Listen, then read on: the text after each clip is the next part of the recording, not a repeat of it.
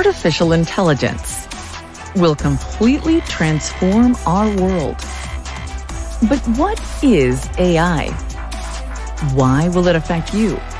And how can you and your business survive and thrive through the AI revolution? Welcome to AI and You. Here is your host, author, speaker, and futurist, Peter Scott. Hello and welcome to episode 94. So here we are, about to pick up the rest of the interview with Shea Sullivan and Hannah Grubbs, students at North Central University in Minneapolis, Minnesota, who helped found the Institute for Digital Humanity, which is a think tank entirely run by students, and boy, do they have a lot on the boil. You know, I've said it before and I'll say it again. Students are my favorite audience because they engage with the themes and issues of AI so readily, and they bring a tidal wave of energy to the party. A lot of audiences I speak to find themselves paralyzed at some point, and I have to work through that, but not students. They don't waste time hand-wringing or hesitating. They just get stuck right in. And you're about to learn some more of that in this conclusion of the interview when you hear the things they've been up to. We talked last time about how they started the IDH because of a remark made by a professor, the sort of human-facing issues of technology that they address, and how they do that, like with a partnership with Netflix to construct a learning module around the documentary Coded Bias, and some of the principles they follow. It's quite informative as a blueprint for doing something like this yourself. If you're a student somewhere with some spare time, or maybe you want to partner with the IDH yourself. They've got so much going on, like partnerships with the Anti-Defamation League, Indiana University, and the ACLU. I hardly know where to start. I really like what they're doing as a model for how youth can get involved in these issues. And if you're at a school that could use an energizing talk about AI that might spark some interest in a similar kind of direction, do please let me know if I can speak there, because I like doing that more than anything else. So we're going to get back into the interview, and Hannah and Shea will tell you about the Living Textbook Project, the Safety Not Surveillance Coalition, and how they've engaged with many of these issues at a grassroots level. Here we go. You mentioned legislation. Can you talk about what you've been involved with and what differences you've made and what that experience has been like? Yeah, so we last year helped the Safety Not Surveillance Coalition, which is something that I believe started between the ACLU of Minnesota and Stanford University and a couple other local organizations within the Twin Cities that were concerned about privacy and surveillance issues. And we worked with them to help pass the facial recognition ban in the city of Minneapolis last year. And then we've also written a number of different white papers on predictive policing, facial recognition, data privacy and student data privacy and things like that. There's been a number of different opportunities that we've had. We're also still working with the Safety Not Surveillance Coalition. They have some different legislative agendas within the state of Minnesota and then like the city of St. Paul and things like that, and trying to get that facial recognition ban passed across the board. But there's also opportunities. We work with law professors, like I said, at Indiana University and Creighton University and Stout and a couple of others. And so we're always working with their law schools to help provide what is that legal avenue that we can take. What is that next step? Because a big part of the problem that we're seeing right now with legislation is that technology moved way faster than any sort of legislation can be passed. So a lot of the issues right now is that we're encountering problems and encountering things that there's no laws written about. And so when there's no laws written about these things, we're not able to say, well, this is where the precedence lies. This is how this situation should be handled. So companies like Google and Facebook and things like that are basically allowed to make their own rules. And so because we're not able to pass this legislation fast enough, it's up to us as the students and as that next generation to say, what kind of future do we want to have? What do we want this to look like for ourselves, for our kids, for our family members? And so it's things like that where we are just trying to get ahead of the game and we're trying to move faster than the technology. There are so many dimensions to this. I am reminded of a comparison with Disneyland, bear with me, in that they have to build all kinds of things which no one had built before. And so no building codes existed. So they, as a big company, ended up stretching the boundaries of this. If they had to stick within the codes of the city of Anaheim, there'd be no Matterhorn, no Toontown, no Pirates of the Caribbean, because those things just weren't on the books. And as a result, and I'm generalizing and oversimplifying a bit here, but they ended up shaping some of those building codes so that that could get done. And so now I want to look at the role of technology and see what you have to say about its positive use. And let me see if I can focus this on one thing to begin with, and if there's nothing to say about it, we'll move on to something else. But the Minneapolis Police Department has come under a lot of scrutiny for obvious reasons, and if one was looking at them, or indeed any police department, to ascertain whether there was systemic bias, then an objective algorithm might be the thing that people use to find that out. Has that happened? Are you aware of any study being done in that respect that applies there or elsewhere, where the technology can actually reveal bias as opposed to just amplifying it? Are you asking if the technology can reveal bias in like the police officers, or when it's doing its job? Could infer it. I mean, a sort of oversimplified example, you can look at traffic stops, and I think they did this in Los Angeles and found that the number of stops of Hispanic people grossly outweighed, was disproportionate to what was being discovered. So the explanation at that point, most likely one, was bias. Yeah. That's just some simple statistics, but you can develop it further. Do you see technology as helping you reveal human bias and similar problems? I think it can, especially because the technology is made by the humans who had the bias in the first place. So if you're thinking about, for example, the facial recognition ban that we helped got passed, the reason that we wanted to ban it is because it's inherently biased. It doesn't recognize people of color correctly, or different genders all the time. But that's the reason we wanted to get banned. And I mean, but that bias all obviously came from somewhere. So it's hard to say that we don't want the technology because it helps in some ways, but also we need to get to the heart of the problem, which is who creates the technology in the first place, which is us. So I think technology can be helpful, but it also creates more problems if we don't get to the heart of the issue. Shea, on this topic of inclusiveness, has your work included working with, getting to know, and bringing in people who work in the technology, people who are creating this? Yeah, we have been partnering with some local activists and other people from places like IBM and things like that, and people that work with different technology companies to kind of see that other side of things too.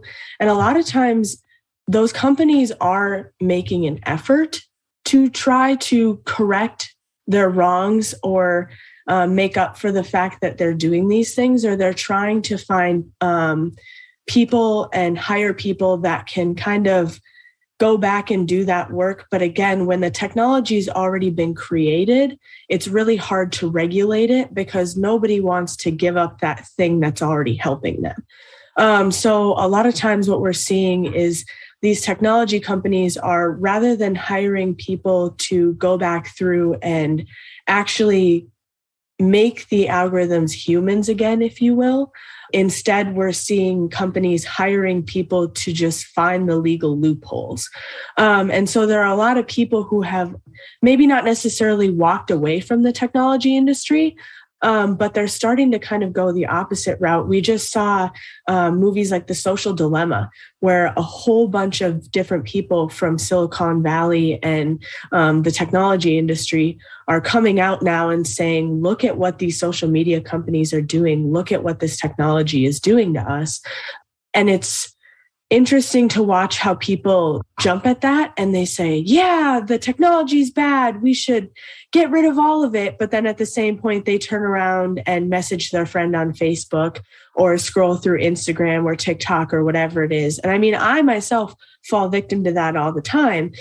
But I think it's interesting to see how a lot of these companies are choosing to go the route of covering for themselves rather than actually helping the human beings that they're hurting. Hannah, how has this work changed your perspective on your use of anything with that level of technology behind it, whether it's social media or anything else interacting with artificial intelligence?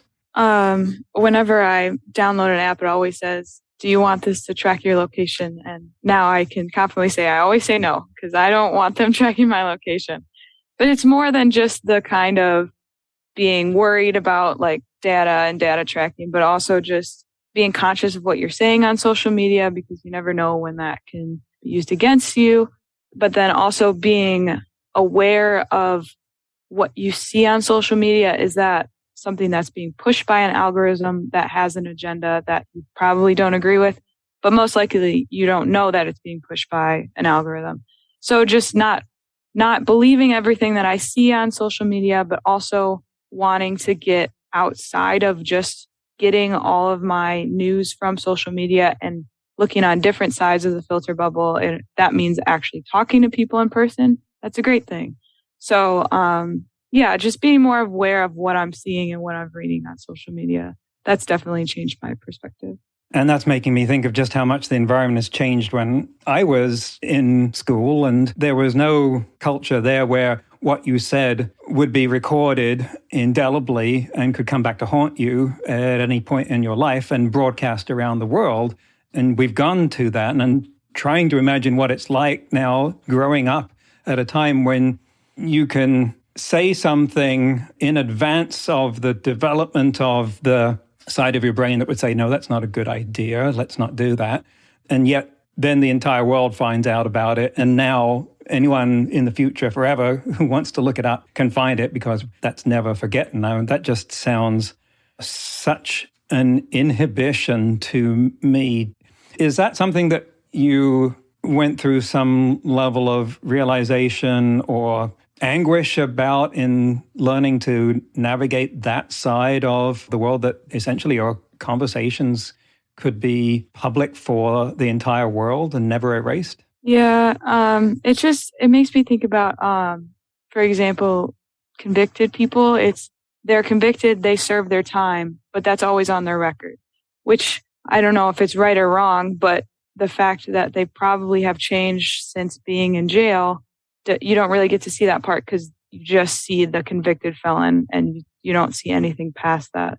So it's hard to know that everything's always going to be recorded and that everything could always be tracked back to you.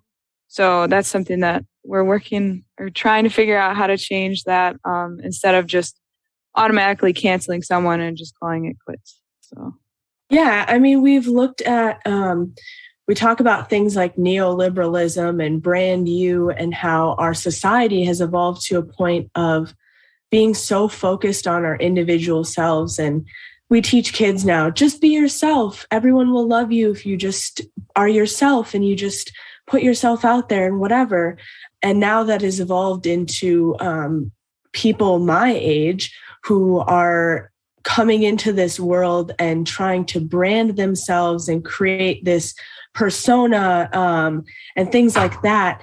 And we talk about how it impacts the way that we interact with one another, because now we're so focused on, well, is that part of a person's brand? Are you creating this persona online, or is this truly yourself? And so we're looking at different cases. Can't remember, one of the cases that we talked about was a cyberbullying case in class. And we talked about how the person had basically claimed that it wasn't them, it was just a persona that they were putting online. And so the words that they had put online weren't truthful. It wasn't that they truly wanted to commit this act against another person or do this thing to this other person. They were simply putting on a persona. They were simply saying words, and it was just a reference. And so we're looking at things like that, where how are you able to then truly be yourself if that online version of you is just some fake version? Is it okay to have more than one yourself? Can someone have a stage presence and a private presence. And what are the boundaries of that? Anything to say about that? I think you can, but it makes it hard, especially with all the surveillance and social media that's constantly tracking you. If those ever contradict, then you'll get canceled immediately. So, well, perhaps. And I'm thinking, and maybe just looking at it through a narrow lens, but about actors, and they have a stage persona because they're stereotyped as some particular individual and on screen, but that's not who they are in real life. And usually we understand that, but that might be too much of a simplification. Privacy. We're talking about privacy. Let me ask, suppose you had succeeded. Suppose you got everything you want in privacy and you said, wow, we're done. Let's go find something else to do. What would that world look like? I think for me, that looks like a world where I'm able to interact online without that fear of companies preying on me, whether it be to market me a certain product or show me a TV show, or even just find out more information about people like me, people who live in my area, things like that. I think it's just something as simple as being able to go about my daily life without the fear of the repercussions of my online actions. So I think that's interesting that you kind of talked about the different personas online and things like that. I think we even have some different public figures and things like that have gone on and done their public acting career, their entertainment career, if you will. But then now it's come time they want to run for public office. And so now some of those things that were out there as entertainment, and they may have been funny in that moment, they may have had a good laugh, they may have gotten them a lot of publicity. Now that's something that they have to worry about affecting their ethos and things like that. And now I think it's great that I can go back and look at old videos of Ronald Reagan acting and things like that and laugh and go like, oh, that's such a funny guy compared to the president that he was or whatever. But I think that that's also an important factor is, do all of those things impact me for the rest of my life? Because I can tell you right now that I've made some decisions as a teenager and as a young adult now that I'm probably not going to want following me 20, 30 years down the line when I'm trying to get a job at some company and I'm trying to finally level up my career or whatever that looks like. And now I can't get that because I made a decision now. We all do, Shea. That's what being a teenager is about. I have to go through the fire to come out the other side. So how would you say that this experience of working in and developing the Institute has caused you to grow? Where have you expanded who you are? I think for me, I grew up in a small town in Ohio, and my worldview was very small. I didn't think past the cows that lived on the other side of the road from me. But being a part of the Institute for Digital Humanity has shifted my perspective, given me a lot more awareness to the things that are going on around me, especially when people just go about their daily lives and don't realize that there's robots that are fighting against them. So it's definitely given me a lot of perspective, but I think it's given me a lot of grace and kindness for people that we think deserve to be deplatformed or canceled. But now that I know that there's context behind certain situations, it's given me more grace for certain situations that happen in the media. I think I actually grew up on the opposite side of the filter bubble from Hannah. And so I grew up with two moms in Minneapolis and was pretty well immersed in these diverse communities that we have in Minneapolis from a very young age. Both my parents had lived in a whole bunch of different cities, from Chicago to New York to New Hampshire and things like that. And so I grew up with a very, what I felt was well-rounded understanding of the world. But then I realized very quickly when I went to college that there was this entire other side of the filter bubble that I had no idea existed.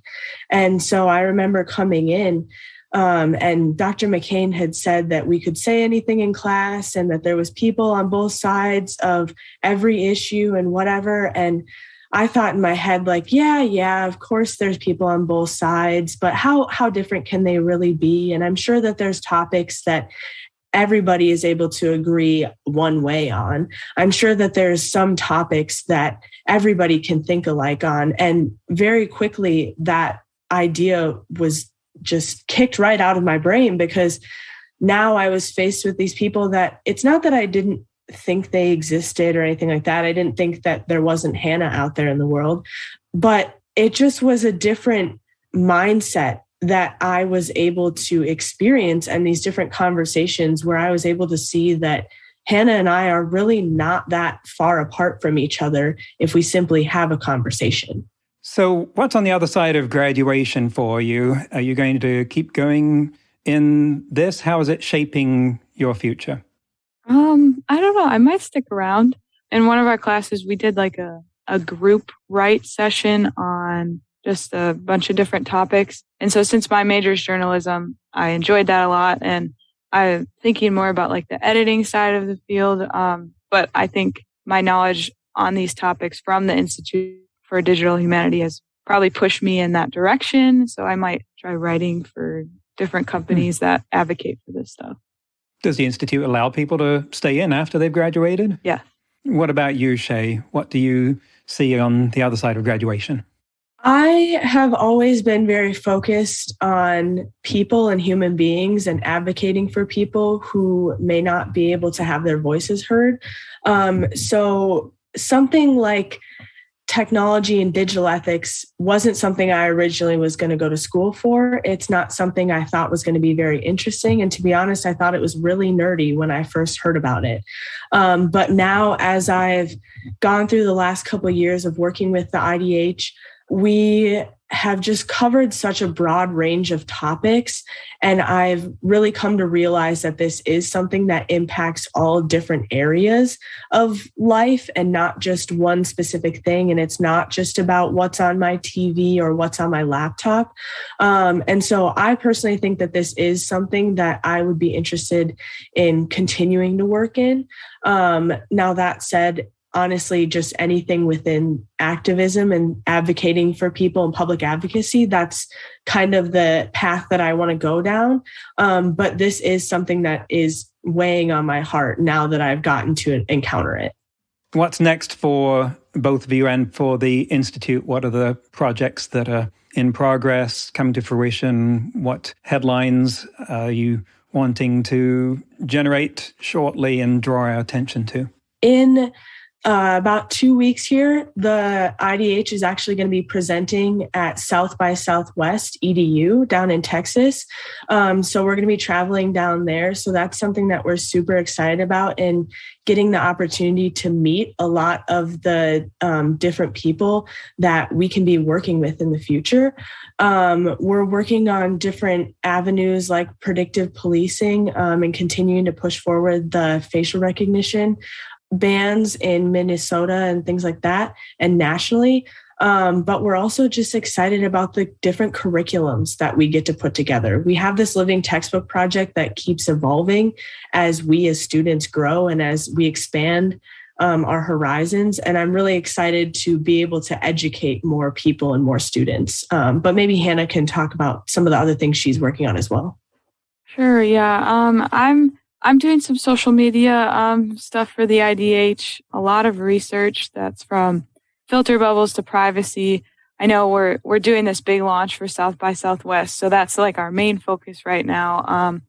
But also have just done a couple interviews with some educators on their ideas and thoughts behind our different research about algorithms and filter bubbles and whatnot. So a lot of different moving parts, but like Shea said, I think the education piece is always moving because we're always in classes and always having conversations. So that's a big piece of ours as well. It's been wonderful talking with both of you. I have said this before, but I want to emphasize it for the audience that I found when I speak to schools, and there's a mix, obviously, of students and faculty, that usually the end result is that the students are engaged and the faculty is petrified by the message. And it's a challenge with older people to bring awareness of this topic without them ending up paralyzed. And I never find that with students, people like yourself. And you have epitomized to me the engagement that I've experienced of students learning about these issues and grappling with them and taking them on, anything but paralyzed. And I'm really grateful to have had the chance to meet both of you and talk with you. So Shea Sullivan and Hannah Grubbs of the Institute for Digital Humanity, thanks for coming on the show. Thank you. Thanks for having us. That's the end of the interview. It encouraged me a lot at a time when there's so much that's discouraging going on. Now, of course, with the war in Ukraine overshadowing just about everything else, and who knows what state that'll be in by the time this show comes out. We usually record 3 weeks in advance of airing, by the way. You can find out more about Shea and Hannah and the IDH at their website, and the link to that is in the transcript. In today's news, ripped from the headlines about AI, last summer, researchers at Oregon State University in Corvallis, Oregon, got a two-legged robot to run a 5K. Their robot is called Cassie, invented there and produced by their spin-out, and it did the course in 53 minutes on a single charge. Cassie has knees that bend like an ostrich and taught itself to run with deep reinforcement learning. Now, standing upright is hard enough for humans. Look at how easily we fall over. And running is even harder. Here's a pop quiz. What's the difference between running and walking? Think about it. Pause if you need to. There's a really succinct way of describing the difference. Here it is. Walking is when you have at least 1 foot on the ground at all times, and running is when you have at most 1 foot on the ground at all times. Isn't that satisfying? But I have to say, based on that definition, Cassie is not running but walking quickly. You can see in the video, Cassie, which looks like a pair of legs and a pelvis but nothing else, trotting around the campus, pursued by a knot of students jogging behind it. One of them is doing some kind of remote control, probably to pick the general direction. Next week, my guest will be George Dyson, a renowned historian of computing and the author of the books Darwin Among the Machines and Turing's Cathedral. That's next week on AI and You. Until then, remember, no matter how much computers learn how to do, it's how we come together as humans that matters. That's all for this episode of AI and You. Please leave a rating and comment and share with your friends. Get the book Crisis of Control and see more videos and articles at aiandyou.net. That's aiandyou.net, where you can also send us your questions. Thank you for listening.